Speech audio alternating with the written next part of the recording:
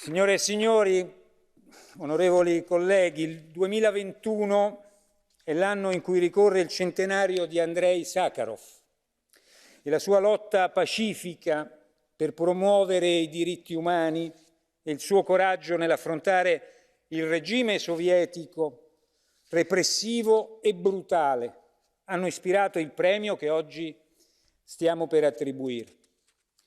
Alexei Sakharov sarebbe forse triste e al tempo stesso però anche orgoglioso di sapere che a più di 30 anni dalla caduta del comunismo il premio che porta il suo nome è conferito oggi ad Alexei Navalny, suo compatriota. E se la tristezza può essere motivata dal fatto che oggi il regime politico russo è colpevole di reprimere le organizzazioni della società civile, di limitare la libertà dei media, di mettere in prigione gli oppositori politici, senza dubbio, senza alcun dubbio, Sakharov sarebbe orgoglioso della determinazione con cui Alexei Navalny sta lottando per i diritti umani e le libertà fondamentali. Il coraggio che ha dimostrato Alexei desta stupore e ammirazione. Lo hanno minacciato, maltrattato, avvelenato, arrestato, incarcerato, ma non sono riusciti a metterlo a tacere. Ha lottato instancabilmente per il popolo russo, in veste di attivista contro la corruzione. È stato candidato politico ed è un blogger e un avvocato. In altre parole, la sua azione per la libertà di pensiero e di espressione è qui oggi da noi riconosciuta come un valore assoluto. Come una volta lui stesso ha affermato, la corruzione prospera quando manca il rispetto dei diritti umani. E io credo che abbia ragione. La lotta alla corruzione è una lotta per il rispetto dei diritti umani universali ed è certamente una lotta per la dignità umana, per il buon governo e per lo Stato di diritto. È per difendere questi principi che Alexei è stato privato della libertà e ha quasi perso la vita. È un prigioniero politico e a nome del Parlamento europeo chiedo il suo rilascio immediato e incondizionato.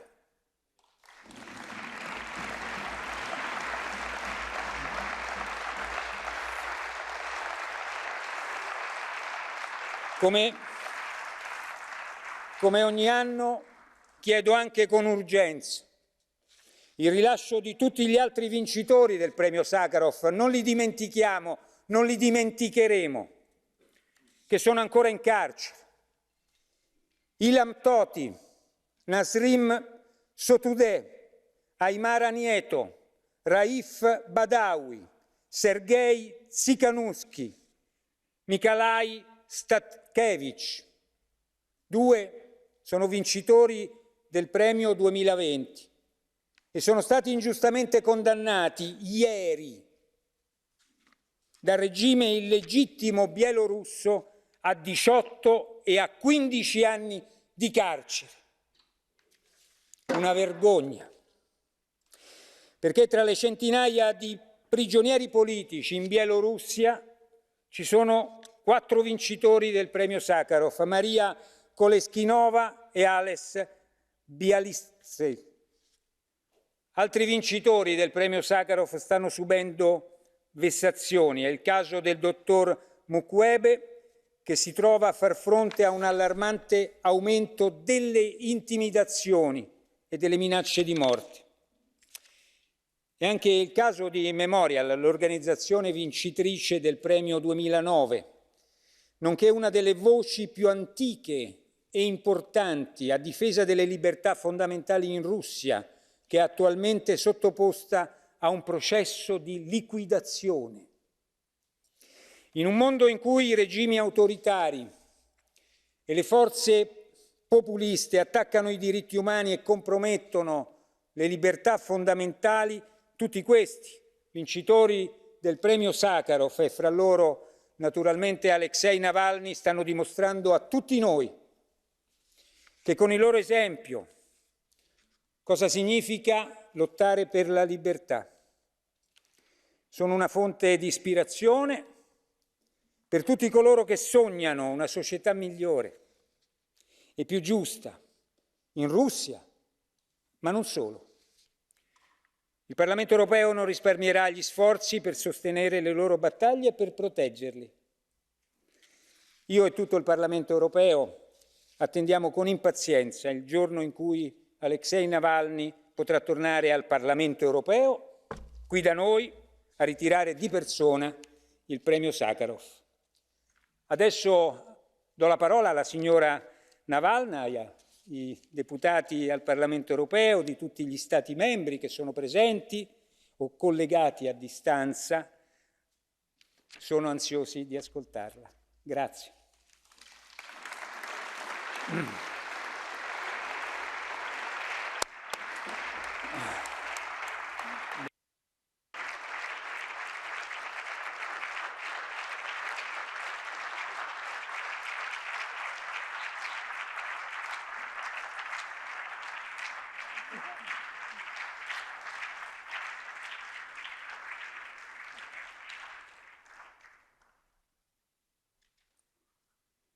Hi, thank you. Thank you so much. This is truly incredible. Before I start my speech, I wanted to tell everyone how incredibly grateful I am to be here accepting this award for my father, and at the same time, absolutely terrified.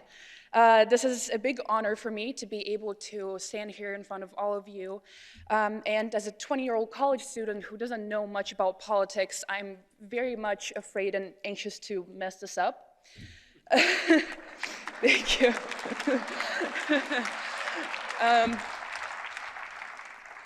Thank you. When I first heard that my dad, Alexei Navalny, was giving the Sakharov Prize, I was extremely happy for two reasons. The first one, this is a tremendous honor, recognition of his merits, and a high praise of the work that has been done and is continuing to be done by him and his co-workers. And most importantly, it's a signal to those tens of millions of citizens in my country who are continuing to fight for the better fate of Russia. I will also name the second reason, although it's a little frank and awkward. My father is receiving this award from the European Parliament, and when you receive such an award, you get to come and speak in front of the European Parliament. Unfortunately, for obvious reasons, he wasn't able to be here today. And I thought to myself, well, I guess someone better run and get that ticket to Strasbourg and seize the opportunity to come and, well, see this wonderful thing for myself. And over some time, I realized that this might actually be what the nightmare of myself and my family looks like. Me traveling from different conferences and summits, giving speeches in my dad's name. Sometimes he's even awarded something, but I'm the one traveling. I'm the one writing the speech and starting it with a joke while he's in jail. And I will continue traveling, meanwhile reading articles about the horrible conditions my dad is being held in. It's not like there's much to do about it, so I travel and speak, and he continues to be held in confinement. And this doesn't only concern Alexei Navalny. We're the last year's laureates, the Belarus opposition now, mostly in prison. Where's the 2010 Nobel Peace Prize laureate Liu Xiaobo? He died in prison. And here I ask myself today, why is it so hard to free from captivity those who are fighting for human rights? Why are they still thrown in jail, not only all over the world, but in geographically European countries in the 21st century? Europe is great and almighty, The will of the European citizens is expressed by the resolutions of the members of the European Parliament, and those are precise, correct, and fair resolutions. They're supported by the United Kingdom, United States, Australia, New Zealand, and the whole free world. But those who are like my father continue sitting in prison, watching more and more of their allies being thrown behind bars. You know, I've heard this many times, and sure, I will again, maybe even in the corridors after this ceremony. You know, Dasha, they'll say to me, I understand why you're feeling this way, because it concerns your family and close ones, but in the real world, however, we have to be more pragmatic. And in those hallways, I'll nod my head and say, yes, of course, what else I can say? I'm a 20-year-old college student, and I don't feel very comfortable arguing with experienced and responsible pragmatics. However, here today, taking advantage of the fact that I have the microphone, no one will take it away from me, and I don't have to argue with anyone personally, feeling impolite. I would like to oppose that pragmatism. This is the Sakharov Prize. Thank you.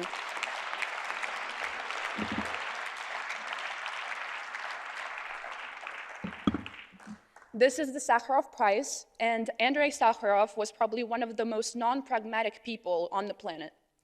I don't understand why those who advocate for pragmatic relations with dictators can't simply open the history books.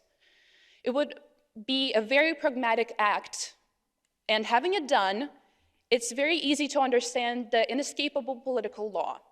The pacification of dictators and tyrants never works.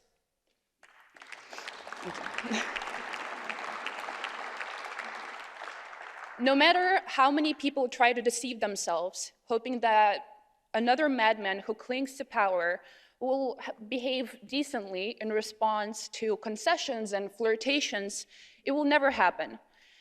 The very essence of authoritarian power involves a constant increase in bets, an increase in aggression, and the search for new enemies.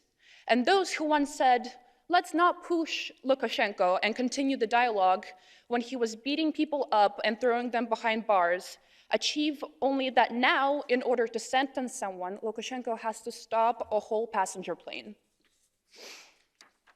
Another thing that pragmatists don't want to do for some reason, which urges them to remember about the expenses and economic losses, is simply to pick up a calculator and see how much their pragmatism costs, in particular to the European taxpayers.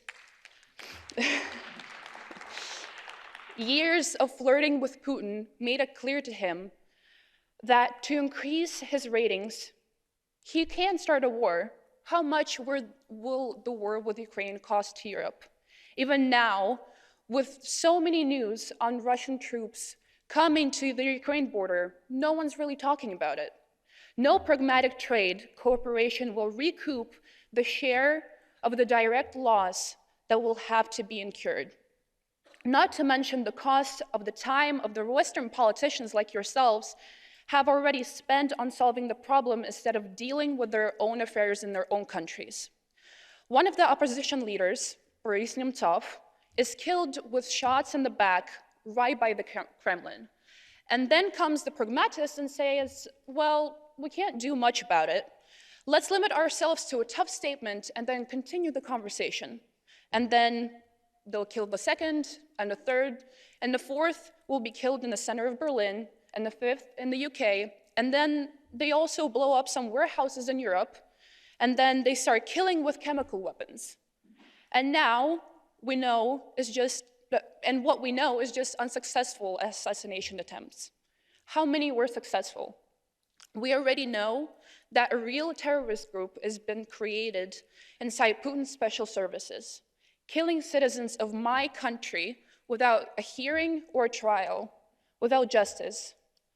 They were close to killing my mother, they nearly killed my father, and no one will guarantee that tomorrow European politicians won't start falling dead by simply touching a doorknob. And now, you're already increasing the police budget.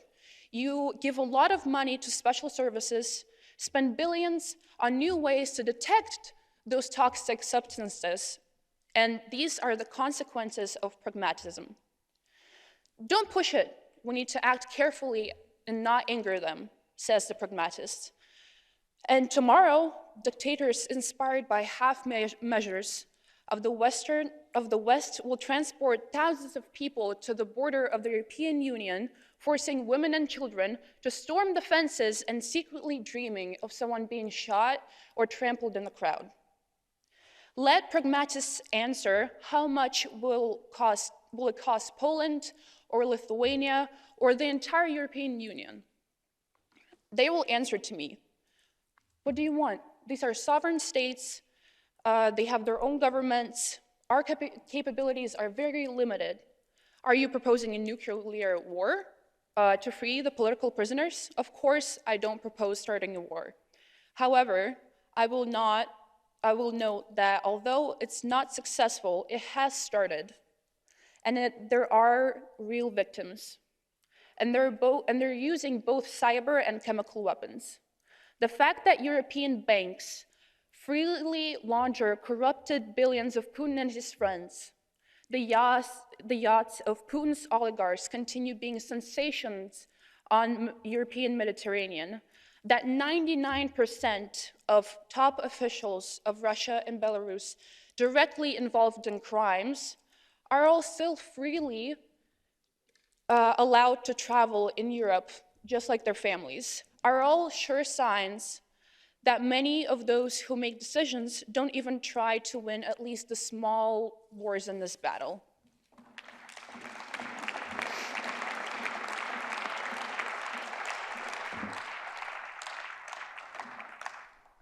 They talk too much and think about the realm of politics, considering actions based on ideas and principles, which frankly are naive and stupid. And you know what? It seems to me that the problem is that the desire to appeal to the dictators again and again, not to anger him, to ignore his crimes as long as it's possible, is not a pragmatic approach at all. It's time to say it straight. Under the sign of pragmatism, there is cynicism, hypocrisy, and corruption. There's a constant war between idealism and pragmatism.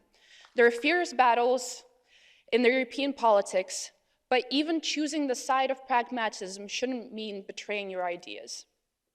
When I wrote to my dad and asked, what exactly do you want me to say in the speech from your point, he answered, say that that no one can dare to equate Russia to Putin's regime. Russia is a part of Europe, and we strive to become a part of it. But we also, thank you. But we also want Europe to strive for itself, to those amazing principles which are at its core. We strive for Europe of ideas, the celebration of human rights, democracy, and integrity. And we don't want Europe of chancellors and ministers who dream of getting a job on the board of Putin's state-owned companies or sailing on oligarchs' yachts.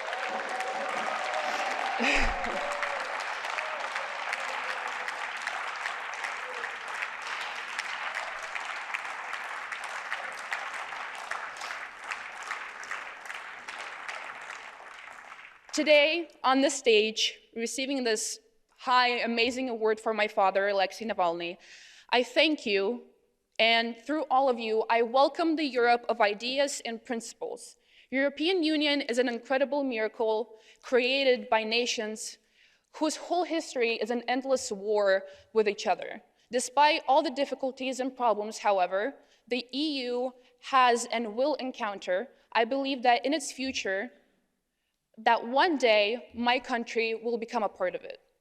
To finish this speech, I want to quote a great compatriot of mine in whose honor this award was named. My destiny was in some sense exceptional, not because of false modesty, but because of a wish to be accurate, and I know that my destiny has turned out to be larger than my personality. I simply tried to live up to my own destiny. I hope we all have the strength to live up to our destinies. Freedom to Alexei Navalny. Thank you. Thank you.